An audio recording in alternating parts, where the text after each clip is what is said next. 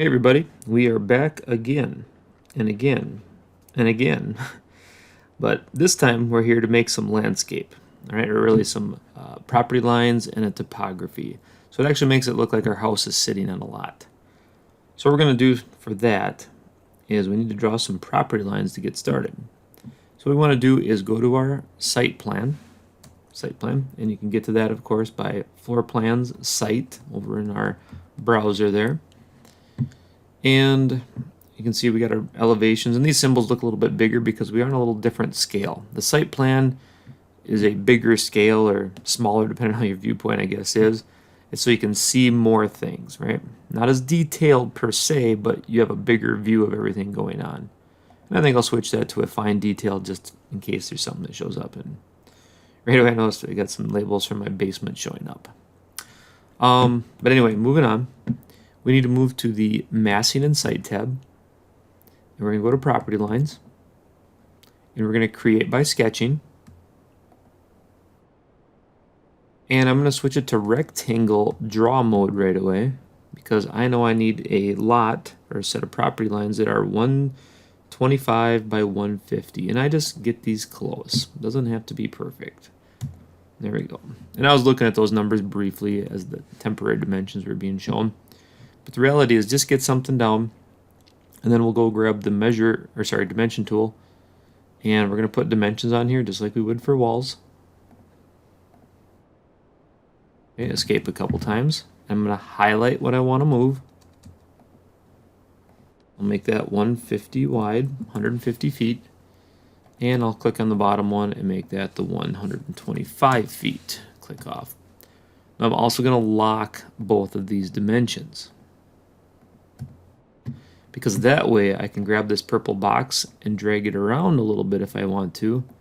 And there's no real bad place to put this, except don't let the house touch the purple line. Leave some space between the house and one of your purple lines, because we're going to put a little road in here and a driveway, maybe a patio, a hill, and a little pond cutout area. So I guess kind of how it is on my screen is probably a pretty good location. Something like this, or maybe a little bit more in the middle, will work out fine for this time around. Once we have our property lines are established, we're going to hit the green check mark to say yes, that's where I want property lines. And there we go. That is the symbol for property lines right there. In the real world, you probably actually would have had, if I just hit undo here, you can watch for a second, I probably would have had dimensions maybe here and here, because we have something we have to deal with that are called like setbacks or easements. There's rules to how close your house can be to any set property line. There's a rule for how close to the front, a rule for how close to the side and the back. So anyway, a little side note on that. All right, so we have our property lines. Things look good.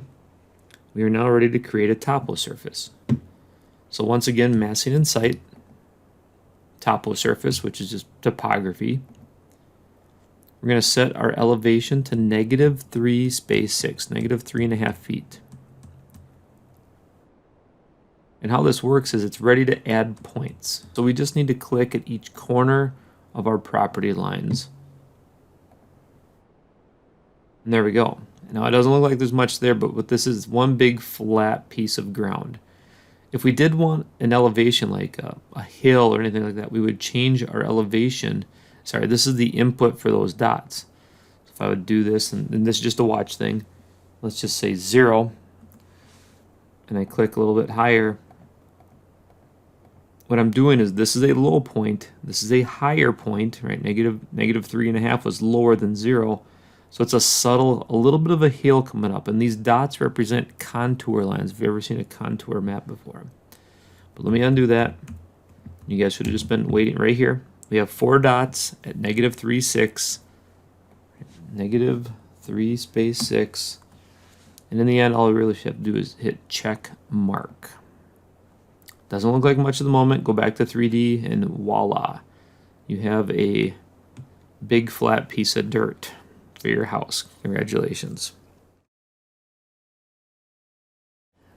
It's okay, we're going to change that dirt to grass in a little bit. And the other little problem we actually have is we have our basements full of dirt too. So, and again, once again, you can just kind of watch this. If I would go to my basement floor, everything looks fine right here for the most part. But if I would go to view, 3D view camera, and again, you're just watching here. Let me drop the camera in my basement. Well, that's weird. It's kind of white. Well, let me turn that to shaded, and there you go. You can see we've got a dirt filling up 2/3 of our basement. Okay, so we need to fix that. So I'm just going to close that. Go right here. So what you guys want to do, you need to be in your basement floor view. So go ahead and switch over to that quick. Find that in your floor plans. And we're going to go back to massing and site and grab the building pad tool.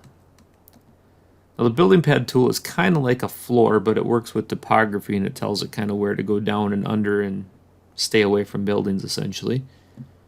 And it should be all set right here. This little pick walls tool is already selected. And we should be able to just start clicking the 4 basement walls of our house. And we have purple lines all the way around and green check mark. And I know it looks like nothing much happened, but go back to 3D. Roll the model over, which I probably could have did earlier, but you can now see that the dirt is going down along our basement. And there is a building pad right there. That blue line. So actually it's still highlighted, and I'm going to change the level from basement floor to be house footing bottom. I'm just going to push it all the way as low as possible. I know the dirt goes through our footing, but that's okay. And you can see you kind of have this little false floor looking thing underneath there, and that's okay. Totally okay under there. If I go back to that 3D view I created, there you go. Dirt is all gone. The dirt has been pushed down underneath the house, and we're just left with everything that we should be seeing here. Okay, so that's how we put a building pad in. All right, so let's get rid of the dirt. All right, let's make this thing look a little bit nicer. So if I want to modify something I have, I highlight it. So in Topography world here, we just click on the edge of it. And so, you know, it turns blue. And we are going to try to change this material. So we click on, inside the box there and click on the 3 little dots. And we were actually we could go down and look, but there is no grass here at all. So what we need to do is click this little circle icon with a plus symbol.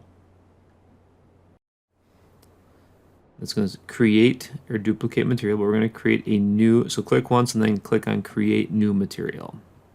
Right there it says default new material. We're going to right click and rename that to grass.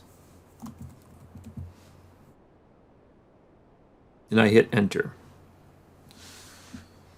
And it stays with it, so it's still highlighted.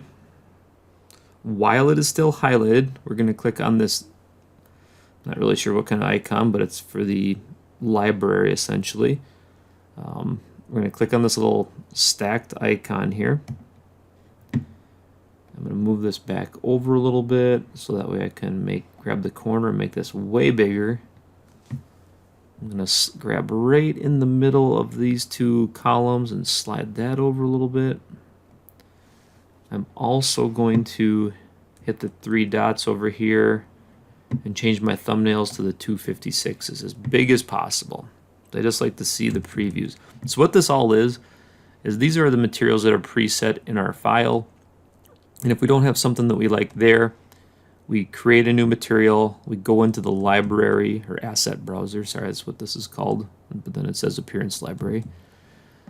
We go into this, and this has a huge selection of possible materials to work with. And if you make this wider yet, you can see some are for other countries.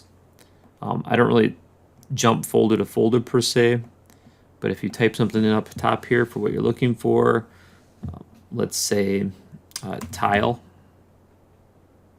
and give it a minute to search, you are going to get all kinds of results that might be for ceiling tiles, ceramic tiles, floor tiles, metal, and so on and so on and so on. And a great big list of what's going on. And if you click on it, if you want to specify something, you can click on something to get more narrowed results. Okay. Anyway, all right. So in the top, go ahead and clear out the tile search as an example, or you could have just been watching. But we're going to put grass. Enter. And here are all the varieties of grass we can pick from. And right there, dark, where did I see that? There it is, dark rye. That looks like a good one to me. So I'm going to double click this one. And it looks like nothing happened, but if you kind of saw right up here, when you double click an item here, whatever is selected back in this material window, it loads it back into that material for you. So now I can close this library, and there we are. There's the grass that works. Now sometimes when we load things out of the library, the image file was corrupt and doesn't work. I got lucky, I picked one that worked fine, but sometimes you have to then click this file name, go into a slightly different library, choose thumbnails, and control roller will make them bigger too, and go down, and grass in this area falls under site work. So I gotta go down to the S's, site work, paving, there it is. Site work, planting, grass. So in case you load a grass that an image file did not appear, you would click on this file name right here, which loads a different library, a photo library of materials, and then you can pick a different, and ultimately this is probably the one that drives everything anyway. You can pick something from here, and then you'll have a grass file that does for sure work. Okay. One last thing while we're in here setting up our material, we're going to go click back on the graphics tab. We're going to say use rendered appearance whenever we're in shaded mode. That way we get a general green, and a pretty dark green in this case, and click OK, and click off. And there we go. We should have a green grass surface.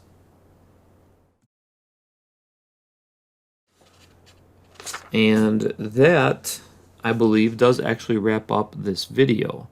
Property lines, a simple topo surface, just 4 dots at each, or a dot at each corner to set up this flat surface. If you want hills, you add more dots at different elevations, and that's actually coming up in the next video. And then we changed the material of our topo surface from a dirt or earth to a grass material to make it look a little nicer and a little more realistic. So with that, hopefully that helps, and I'll see you in the next video.